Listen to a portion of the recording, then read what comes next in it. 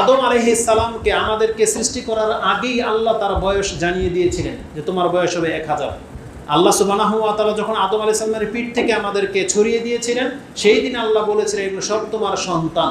তখন একটা ছেলে খুব সুন্দর, বলতেছে আল্লাহ এটাকে, বলছে এটা হচ্ছে দাউদ আলাইহিস সালাম তোমার ছেলে। বলছে বয়স কত? বলছে 40। এক বর্ণনা আসছে 60, তিরমিজির একটা হাদিস আছে 40। তখন বলতেছে এত সুন্দর সন্তান আর ওর বয়স এত কম, বলছে এটা আমার পক্ষ থেকে ফাইনাল। আদম আলাইহিস সালাম যেহেতু মানুষ, দয়ার পিতা, বলছে তাহলে ঠিক আছে আমার পক্ষ থেকে 40, আরেক বর্ণনা আসছে 60, মানে যা ছিল তার এক্স, এটা আমি আমার পক্ষ থেকে দিয়ে আরো 100 পুরো করে দিতে চাই। আল্লাহ বলছে তো তোমার ইচ্ছা, তাহলে এইভাবে ফাইনাল হয়ে যাবে। বলছে ঠিক আছে ফাইনাল হয়ে যাবে।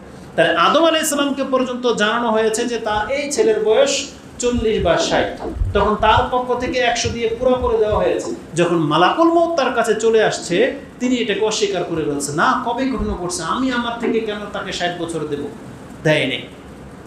এই জন্য রাসূল সাল্লাল্লাহু আলাইহি ওয়াসাল্লাম বলছেন যেহেতু আমাদের পিতা আদম আলাইহিস সালাম ভুলে গিয়েছিলেন, এই জন্য আমরা ভুলে যাই। আমাদের আদম আলাইহিস সালাম যেহেতু হকটাকে অস্বীকার করেছিলেন, তখন এই জন্য আমরা অনেক সময় পানা দেওয়ার ক্ষেত্রে ভুলে গেলে অস্বীকার করে ফেলি যে না আমি এটা বলিনি, এটা আমি করিনি।